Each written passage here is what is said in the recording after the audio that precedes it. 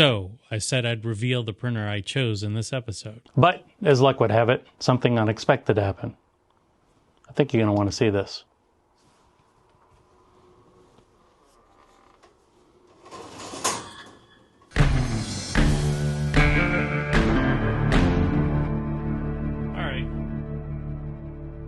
So here's the deal. When I started diving back into 3D printing, I thought I'd just dust off the old printer, maybe give it a tune-up and call it a day. But the deeper I went, the more I realized this wasn't going to cut it.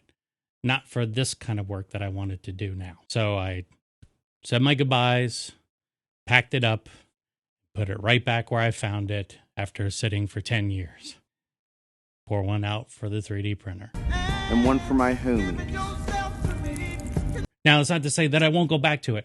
I likely will when I have time. But in this case, I decided to go in a completely new direction.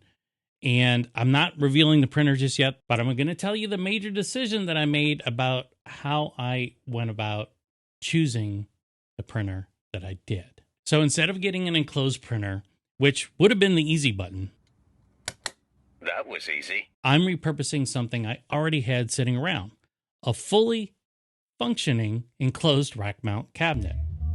Now, I know most people don't have one of these lying around, but for me, it was acting as glorified storage in the corner of my studio, and honestly, it was just collecting dust. So rather than buying another piece of equipment, frankly, that I don't have room for or budget for, I figured, let's just see if we can make this work. The enclosure is solid. It's got ventilation. It's insulated.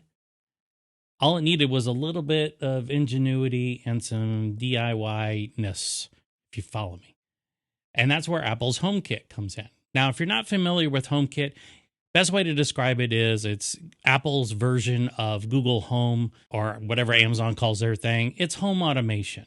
So you use your computer or your devices like your iPad or your iPhone or whatever device you have to control things in your house. I'm using, in this case, a HomeKit-enabled temperature sensor that includes a humidity sensor and a smart outlet to manage internal airflow. So when the temperature inside the enclosure climbs too high, the smart outlet kicks on the fans and then vents the excess heat.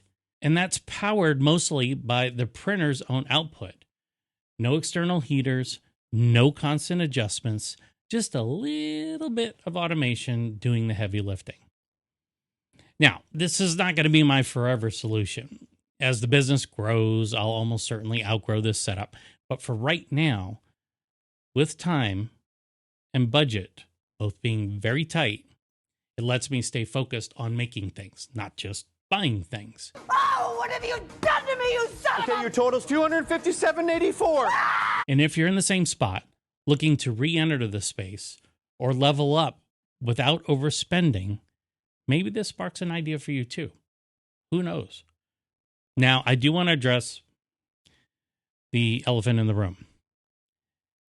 Yes, I know I said I'd reveal the printer I chose in this video. And no, I'm not trying to string you along. This particular conversation was worth having on its own. I think we sometimes get so focused on specs and the hardware and the speed that we forget how important environment and reliability are to success in 3D printing. So, I hope this little detour gives you something to think about. If you've repurposed anything unusual for your print setup, let me know in the comments.